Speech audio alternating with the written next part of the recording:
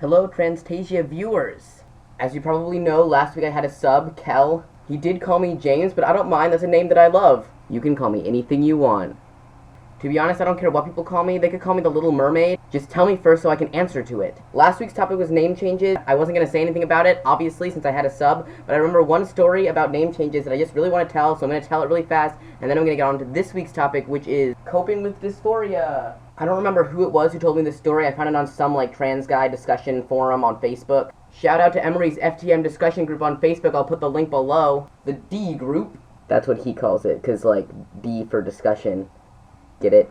Anyway, the story I heard was from other discussion group, far back in time. Someone posted asking people how they came up with their names, and the funniest story that I heard was that this guy just got drunk with a bunch of his friends. They were all just writing down all these names that they liked or names that they thought were good names for a person.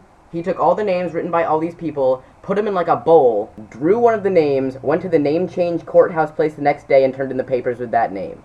You do not choose your name. Your name chooses you. But honestly, your name is basically irrelevant to you as a person, so it really doesn't matter what it is, so you might as well do something fun like that and get stuck with a name like everyone else is when they're born. Or you can put a lot of thought into it and make it be really cool or make it be really oddly spelled or whatever, because like I said, it really doesn't matter what your name is. Every name is created equal. Dysphoria! What you have to remember when coping with dysphoria is to not do anything incredibly dangerous or drastic in order to get to a point where you want. Don't get your tea illegally. Don't have some sketchball perform surgery on you in a back alley for $10 with a rusty spoon. One thing I used to do and kind of still do to cope with my dysphoria, it's kind of stupid and embarrassing, but if I'm feeling really down about how I look, I start taking pictures of myself from totally MySpace Angles, and I make myself look really good, and then I'm just damn, you're a hottie, and then no more dysphoria for however long that lasts. I mean, it doesn't last that long, but I'm just a camera whore, okay? The sucky thing is that usually the things that we do to cope with this dysphoria, we have to cope with then the repercussions of that. We cope with chest dysphoria by binding. If you're like me, you probably cope with voice dysphoria by not talking. And you cope with all dysphoria just by avoiding situations that would make you feel worse about whatever you already feel bad about. If you feel bad about your chest, you're probably not going to entirely enjoy a situation where you have to go swimming, because number one, you're probably all wrapped up in all this extra gear that no one else has to worry about. And number two, even with all of that, it's still just, people can see that you're uncomfortable and that you have some special packaging.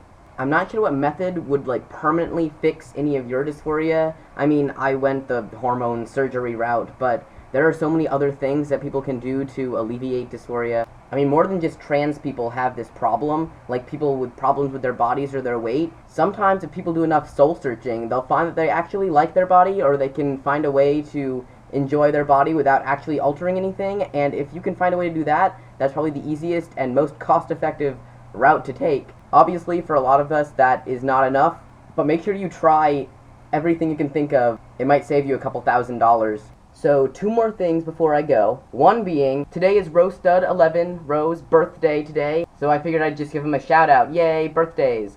Now we'll see if he actually watches this. Number two, this weekend from Friday to Sunday, and actually I'll be there today too, there is a big anime convention. It's the biggest in the US, I don't know. I'm not that into anime, but it's pretty close by, so I will be there, so if anyone's gonna be there, I'll be there, yay. See, I got my Zelda belt buckle and everything. And that's what I'm packing for, and I'm about to leave to go head to all that fancy stuff, so I will see you next Thursday. I will leave you with a clip of my brother trying to fly. Prepare for liftoff. Give me the grand finale. Yay. Goodbye. Goodbye.